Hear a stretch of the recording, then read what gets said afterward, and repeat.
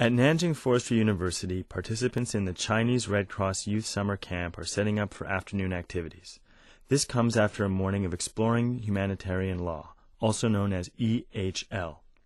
96 students from 7 provinces as well as the Hong Kong and Macau Special Administrative Regions are participating. Let's take a closer look at these campers and their unique encounters today. This petite young lady catches our attention. She constantly jumps into action to ensure every last detail is taken care of. Her name is Wang Xueyuan. She's from Hohai University, and she's the master of ceremonies for this event. I feel all the participants are really enthusiastic about this event.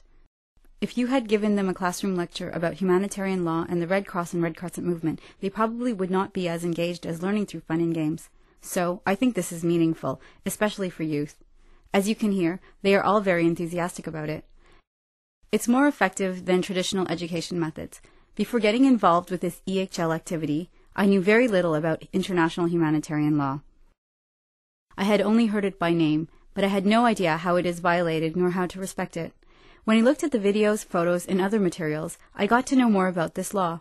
I understand now that if there is an armed conflict, the population is extremely vulnerable and their lives and dignity are at great risk.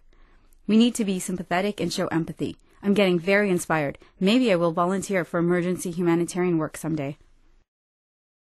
International humanitarian law is about humanitarian concerns in case of armed conflict, but China is now at peace. I think that peace is what we want all the time. We should not call for peace only when war breaks out. We should have a common understanding of this belief. Peace is precious. We should always remember to value it and to avoid war. That's why learning about this law is necessary, even in peacetime. The participants from Hong Kong already have a wealth of Red Cross experience, even though they are only in high school. I've been a participant in Youth Red Cross activities for 4 years in high school.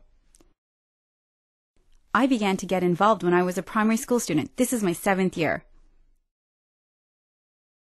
This is my 8th year of being involved in these activities. I began participating when I was in primary school, in grade 4 if I remember correctly. That's right, it's been 8 years. What do the Red Cross activities at your school include? We help the school with its first aid services. In addition, we carry out various service programs every year, providing help to vulnerable people in the community, such as the elderly, children, and people with disabilities. Because of the Red Cross involvement, these students already have some exposure to humanitarian law, and it has begun to shape some of their ideas. The spirit of humanitarian law is relevant in both wartime and peacetime.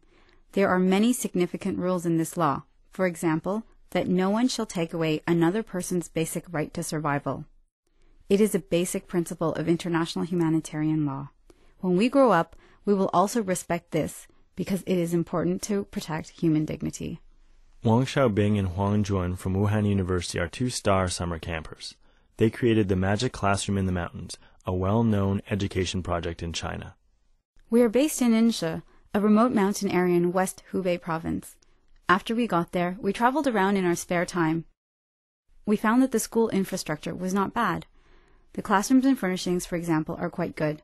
But we found at the same time that there are not enough teachers there to fully attend to the students. The lack of arts and physical education is one example. Most of the teachers there were over 40 years of age. It might be unrealistic to ask them to teach the students to sing and dance. Besides, each teacher is in charge of even more than 100 students, so he or she would not be able to attend to everyone. So, 4 of us, as volunteers, planned a program called Magic Classroom in the Mountains.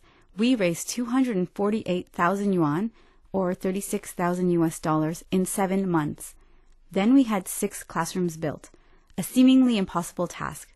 In the classrooms, we offered over 900 lessons, benefiting more than 1,700 people.